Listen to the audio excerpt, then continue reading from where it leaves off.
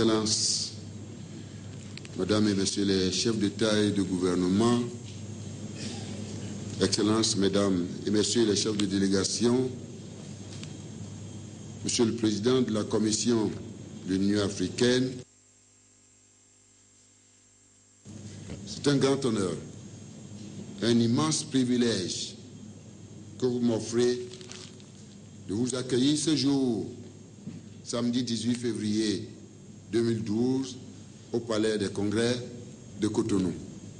Au nom de la nation béninoise, je vous souhaite la chaleureuse bienvenue et vous remercie du fond du cœur pour avoir répondu à mon invitation en dépit de vos hautes et multiples occupations et de vos agendas que je sais très chargés. Votre présence, Messieurs les Présidents, à cette réunion informelle et non statutaire témoigne de l'importance que vous attachez à la cause de notre très cher continent, en ce moment où celui-ci est à la croisée des chemins, en ce moment où nous sommes en quête de la renaissance de notre cher continent, en ce moment où notre continent doit nécessairement participer au banquet et au concert des nations, en ce moment où l'Afrique, notre cher continent, doit veiller à une bonne gouvernance politique et économique, et en ce moment où nous devons définitivement enrayer l'afro-pessimisme.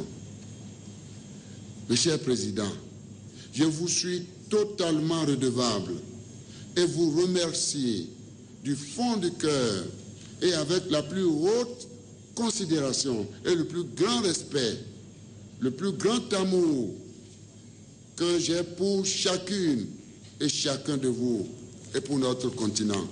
Votre présence inaugure également les concertations régulières que je souhaiterais mener durant mon mandat afin de vous associer le plus possible aux prises de décision sur l'avenir de notre cher continent.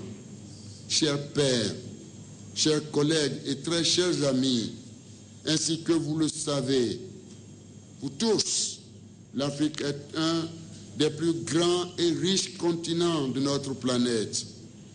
En effet, dit-on, elle représente plus de 20% de la superficie mondiale, couvre plus de 30 millions de kilomètres carrés et constitue, j'allais dire, ce qu'on appelle un scandale géologique et minier, avec cette importante ressource pétrolière, minière et d'autres agricoles, citées parmi les plus grandes réserves du monde. Par ailleurs, en termes de ressources humaines, certains économistes estiment que d'ici l'an 2050, l'Afrique représentera environ près de 2 milliards d'âmes, dont plus de 60% seront constitués de jeunes de moins de 30 ans. C'est à juste titre que l'Afrique est véritablement le continent de l'avenir, mes chers collègues, le continent de l'espoir et le continent de l'espérance. Mais le plus grand paradoxe, mes chers collègues, c'est que notre continent n'est pas uni dans sa marche vers la paix, la stabilité, la sécurité, le progrès, la prospérité et le développement. Comment conjurer cette contradiction, mes chers collègues? Des efforts louables ont été certes consentis, mais où en sommes-nous aujourd'hui, 50 ans après les indépendances? Je laisse à chacune et à chacun le soin d'apprécier cette situation. Dans tous les cas, un long chemin nous reste à parcourir, surtout en termes de lutte contre la pauvreté, les grandes pandémies et l'analphabétisme. Mes chers collègues, très chers amis, bien-aimés, nous sommes tous fiers d'être africains et nous sommes décidés à jouer un rôle de leadership pour la renaissance de notre continent, en vue de redonner espoir à nos populations et faire reculer la pauvreté et l'afro-pessimisme. À cet égard, le sommet d'Addis Abeba, vous vous en souvenez, mes chers collègues, disais-je, à cet égard, le sommet d'Addis Abeba des 29 et 30 janvier nous a offert l'opportunité de jeter un regard rétrospectif sur le bilan de notre organisation commune au cours des 5 dernières années, à travers le rapport d'activité du président de la Commission de l'Union. Mais de ce sommet, l'opinion africaine et internationale a surtout retenu la non-désignation du président et des membres de la Commission, cheville ouvrière de notre organisation. Sans revenir sur les événements ayant conduit à cette situation, mes chers collègues, je me permets d'y percevoir l'acuité des défis auxquels notre organisation se trouve confrontée dans son fonctionnement et dans ses mécanismes décisionnels. Ces problèmes institutionnels ne sont pas, à mon humble avis, étrangers aux difficultés rencontrées par notre Union dans la gestion des crises qui ont secoué le continent en 2011 et dont l'illustration la plus flagrante a été donnée par les hésitations, les flottements observés, notamment lors de la crise libyenne, dont la gestion continue d'échapper à notre cher continent. Mes chers collègues, par ailleurs, la persistance des crises et l'apparition de nouvelles menaces à la sécurité de nos États et de nos populations, telles que l'insécurité endémique et persistante dans la région sahélo-saharienne, avec sa cohorte de réfugiés et ses effets collatéraux sur les autres pays frères, comme le Burkina Faso, le Niger, sans oublier la République sœur du Nigeria, la recrudescence du terrorisme et des narcotrafiquants dans certaines régions de notre continent, la piraterie maritime dans le golfe de Guinée et au large des côtes somaliennes, de même que le retard du continent dans la réalisation des objectifs du millénaire pour le développement, révèlent, mes chers collègues, si besoin en était, les limites de nos actions. Les situations pré- et post-électorales dans nos pays sont également, il faut le reconnaître, des sources d'angoisse et de préoccupation dans notre continent. Je nous exhorte donc à plus d'engagement et de détermination dans la gestion des affaires de notre cher continent pour le bien-être de nos populations et pour hisser l'Afrique au rang des continents respectés par la communauté internationale. Et c'est possible, mes très chers collègues, mes chers pères. C'est pourquoi, afin de réfléchir aux solutions à apporter à ces différents défis, j'ai souhaité, en ma qualité, comme vous l'avez décidé, de président en exercice de notre Union, organiser cette rencontre informelle pour pouvoir bénéficier de vos riches expériences et de votre sagesse, étant donné que parmi vous figurent des présidents des communautés économiques régionales, des douaniers qui ont, avant moi, présidé brillamment et à plusieurs reprises notre organisation commune. À plusieurs reprises. Je souhaite que vous puissiez, à ce titre, m'édifier sur le chemin à emprunter durant ce mandat. Il faut à tout prix éviter que chacun aille dans la direction de son choix, car si c'était le cas, le bateau Afrique risque de perdre le gouvernail.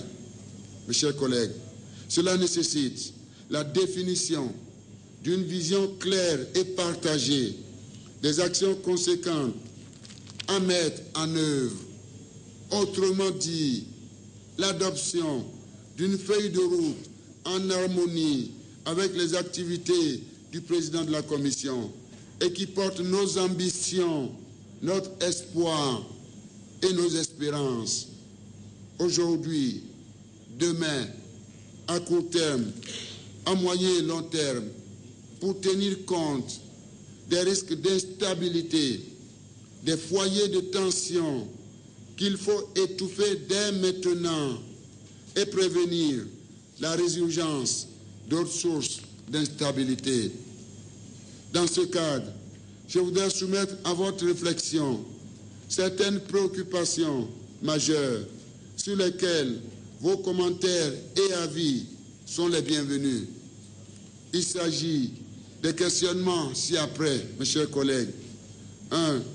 Comment renforcer notre unité ainsi que la capacité d'anticipation et de réaction de notre organisation pour faire face dès maintenant aux défis multiples et multiformes auxquels notre continent est confronté. 2. Comment améliorer les mécanismes de prévention et de gestion des conflits dont nous disposons pour mieux gérer les crises et réagir efficacement aux nouvelles menaces à la sécurité de notre continent. Quels mécanismes mettre en place pour renforcer l'intégration politique et économique du continent afin de prendre en charge son propre développement pour l'épanouissement intégral de nos peuples. 4. Comment coordonner les partenariats stratégiques qui lient notre continent au reste du monde dans la gestion de nombreux défis, à savoir défis de paix, défis de stabilité, défis de sécurité, défis de la démocratie et de la meilleure gouvernance et défis de développement. 5. Comment gérer l'expertise inestimable de la source de sagesse que représentent les anciens présidents qui ont dirigé notre pays et notre organisation et qui sont prêts à se mettre à la disposition de notre cher continent. 6. Comment faire pour que l'Afrique puisse parler d'une seule et même voix et de façon responsable sur les grands enjeux de notre planète. Mes chers collègues et bien-aimés, le fruit de nos réflexions nous permettra, si vous le voulez bien, de définir les grandes actions à mettre en œuvre au cours des 12 mois à venir. Ce faisant, je ne pourrai que me réjouir de vos précieuses contributions et je vous en remercierai. Mes chers collègues, je dois vous rappeler qu'un comité présidentiel de 8 membres constitué par les présidents des 5 régions de notre continent, plus la République sœur du Gabon, la République sœur de l'Afrique du Sud et le Bénin, a été mise en place pour examiner la question prioritaire de la désignation du président et des membres de la Commission de l'Union. Je m'empresse de vous rappeler que cette question ne relève donc pas de la compétence des présentes assises. J'ai bon espoir que ce comité se réunira à la fin du mois de mars, si vous en avez convenance, à l'attention des membres du dit comité, après consultation des membres du dit comité. Il sera également mis en place, comme l'a décidé notre dernier sommet, un comité présidentiel pour approfondir les réflexions en vue de l'adoption au sommet de Malawi de la stratégie de mise en œuvre de la zone de libre-échange continentale. Sur ces mots, chers collègues, et en vous souhaitant un bon séjour à Cotonou, je voudrais, Madame et Messieurs les chefs d'État et de gouvernement, vous renouveler une fois de plus, avec la plus haute considération, le plus grand respect, toute ma gratitude pour avoir accepté mon invitation et rehausser ainsi de votre présence, notre rencontre. À chacune et à chacun, je réitère mes vœux de bonnes et heureuses années pour vous-même, à vos peuples respectifs et à notre cher continent. Vive l'Afrique unie, vive l'intégration africaine. Que Dieu vous bénisse. Je vous remercie.